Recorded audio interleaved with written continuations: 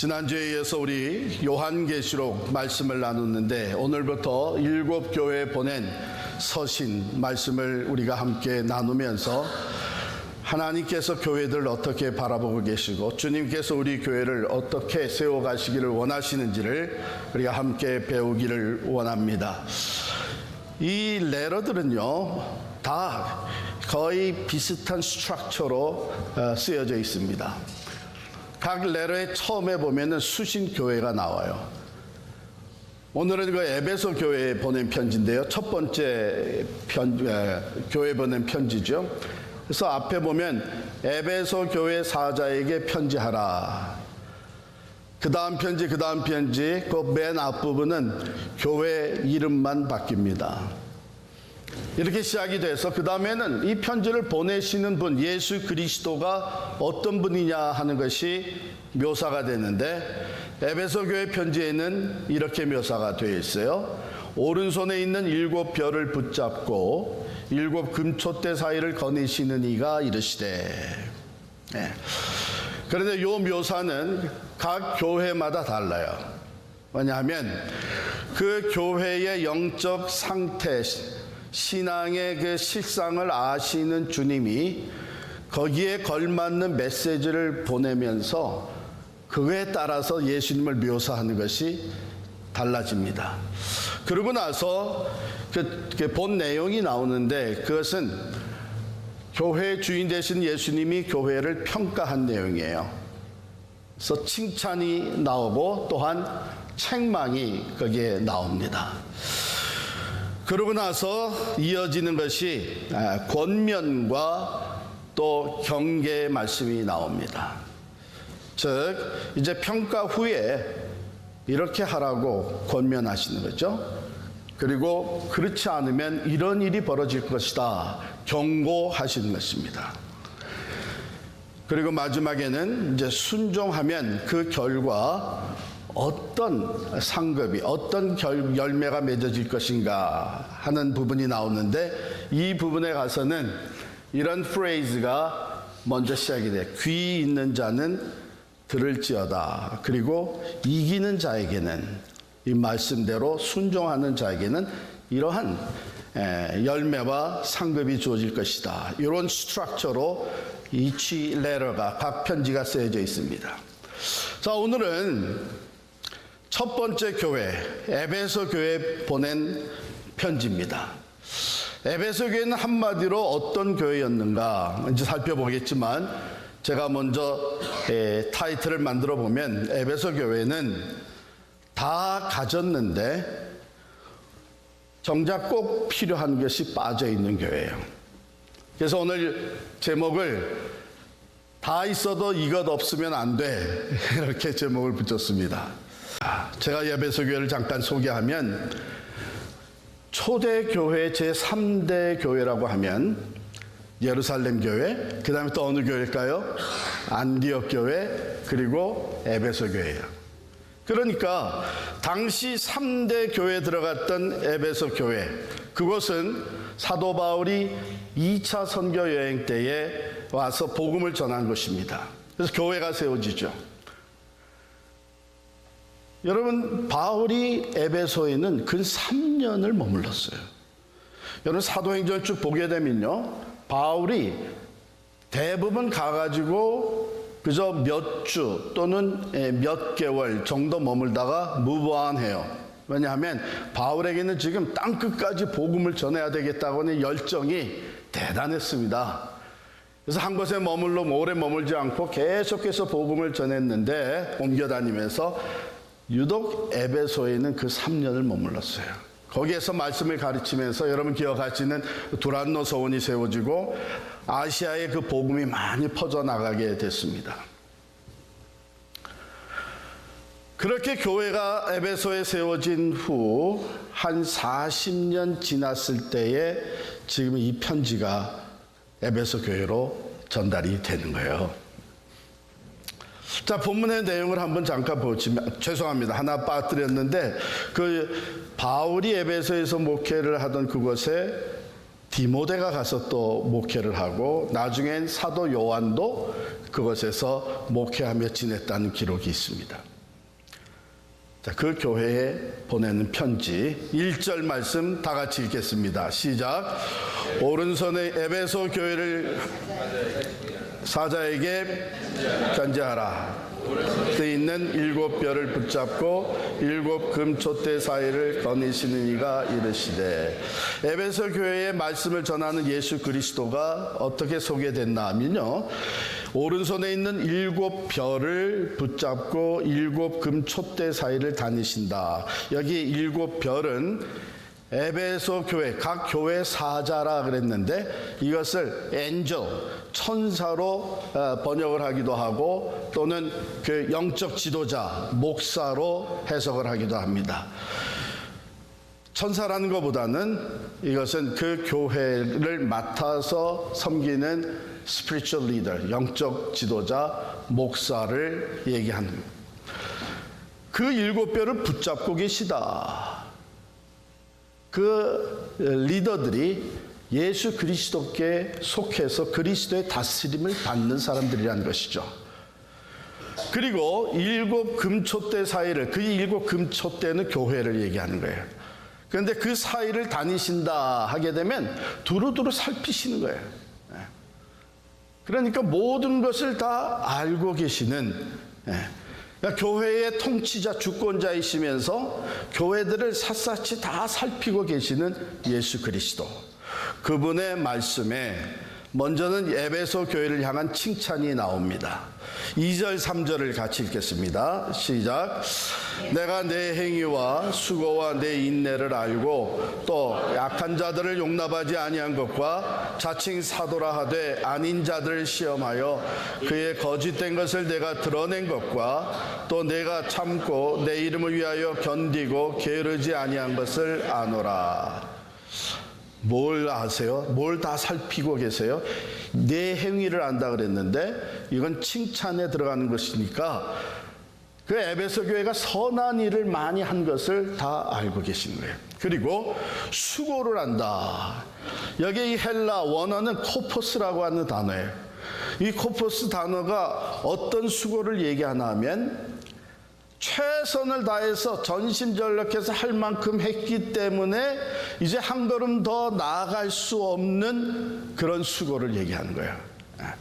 그러니까 자기들의 온 힘을 다해서 고난을 받기까지 수고한 거 내가 그거 안다 인정해 주시는 것이죠.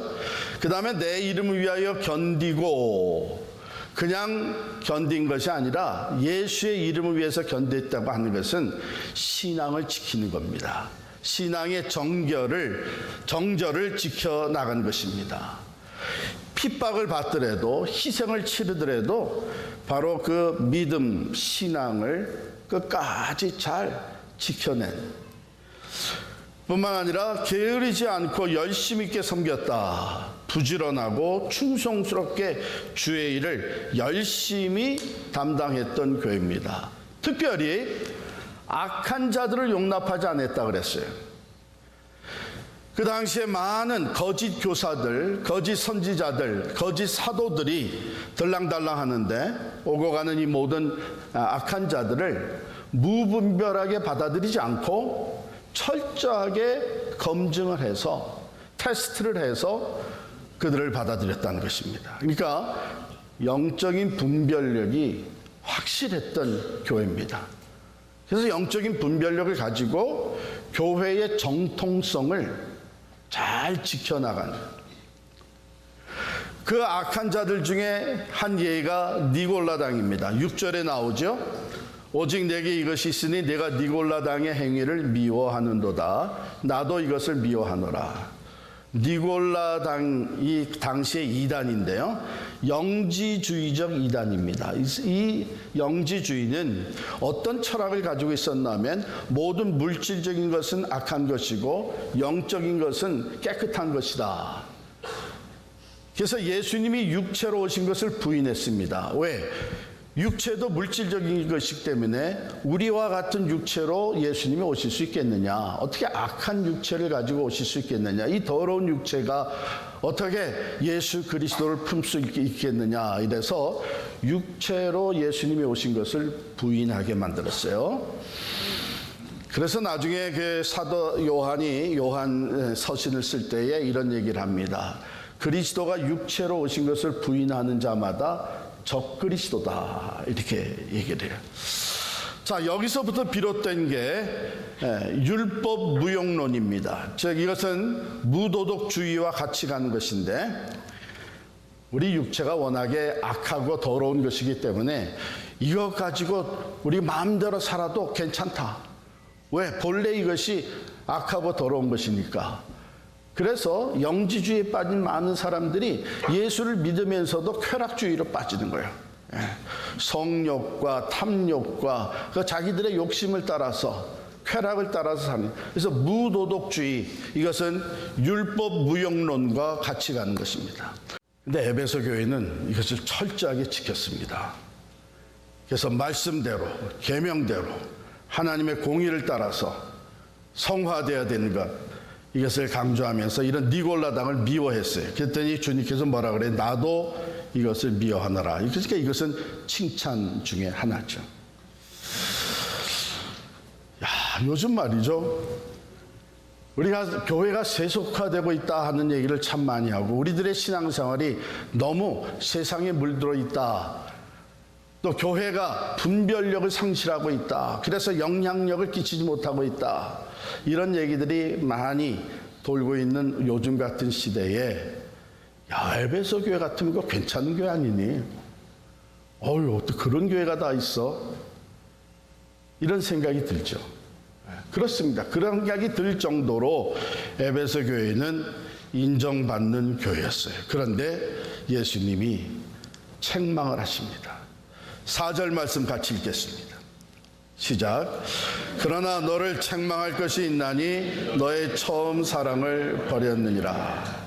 에베소 교회의 가장 큰 문제가 처음 사랑을 잃어버린 거예요.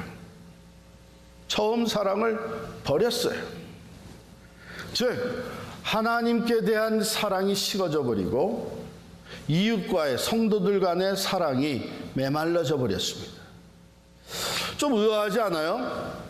그렇게 열심히 하나님을 섬기고 말씀에 순종하고 진리를 분별하고 이단을 몰아내고 헌신적으로 섬기는 교회가 어떻게 사랑이 메말릴 수가 있을까?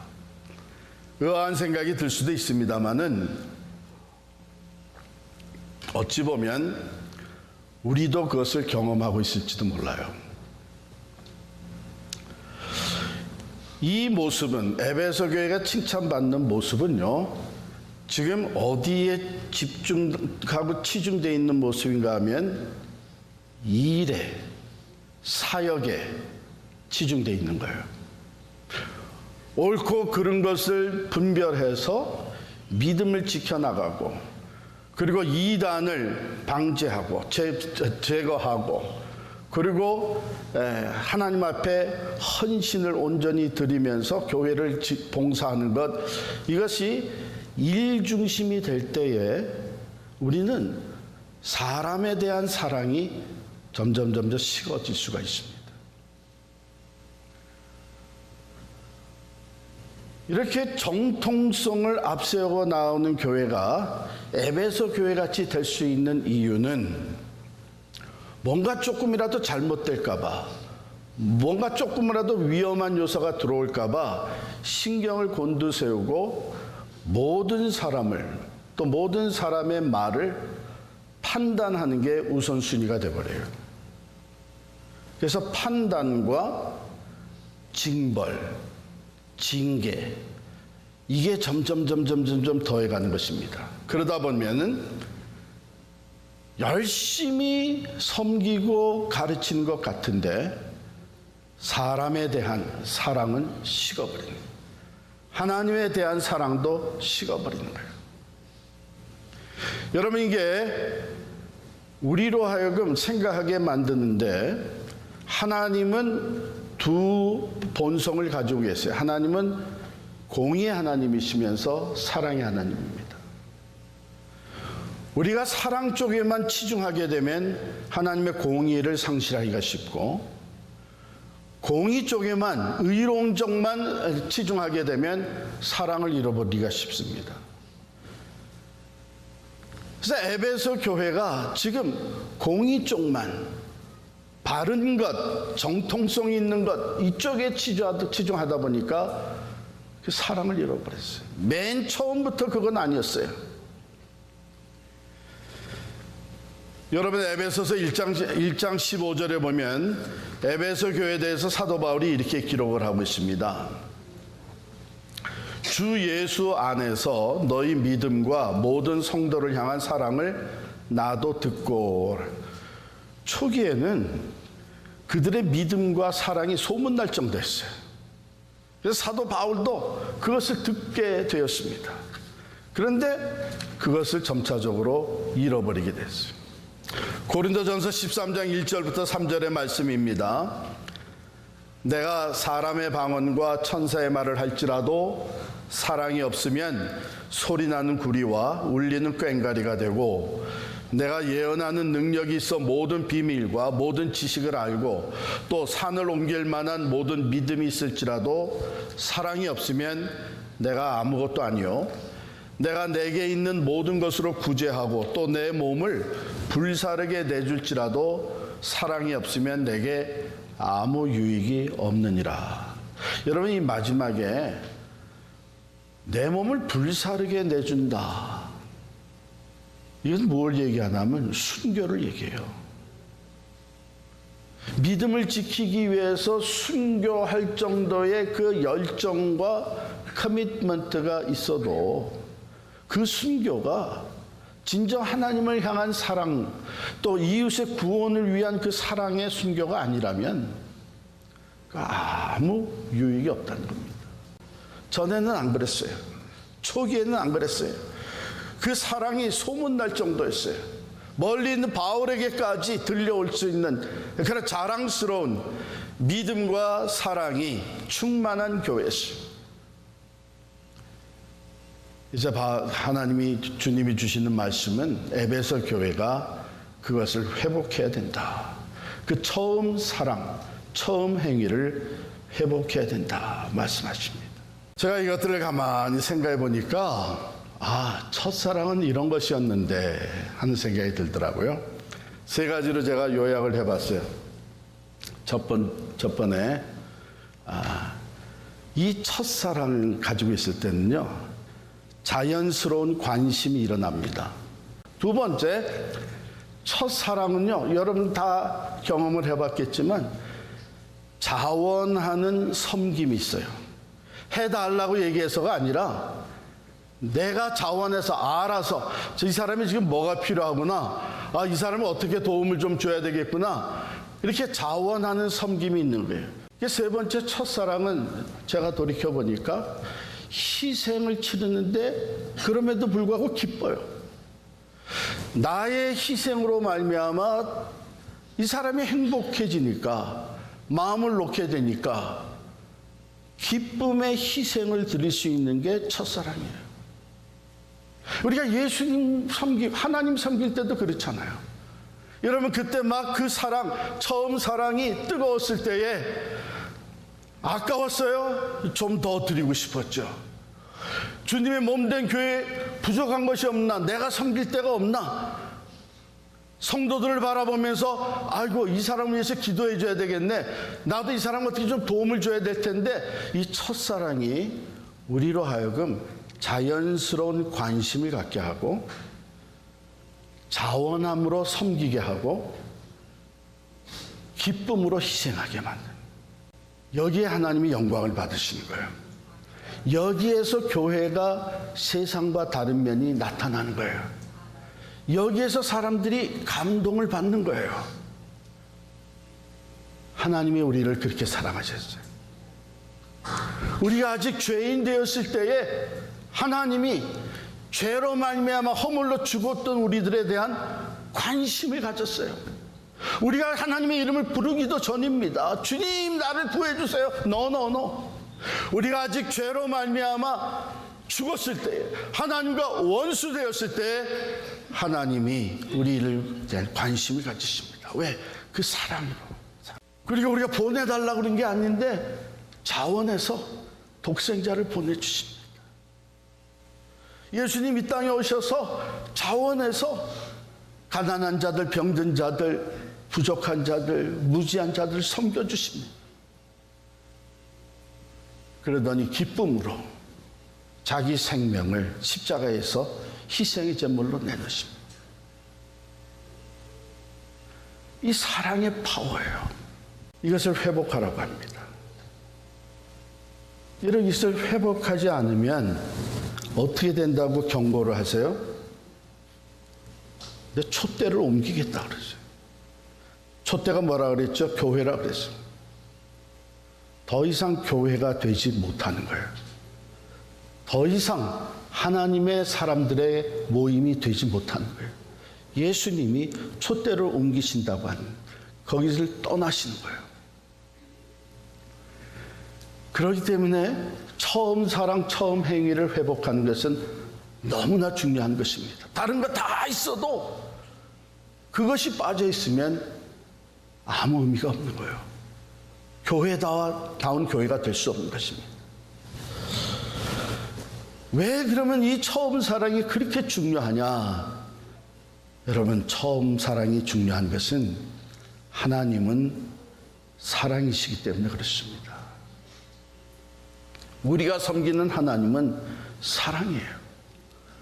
공의의 사랑, 공의의 하나님일 뿐만 아니라 사랑의 하나님이시기 때문에 우리가 공의만 앞세워서 나가게 되면 우리는 진정한 하나님의 교회가 될 수가 없습니다.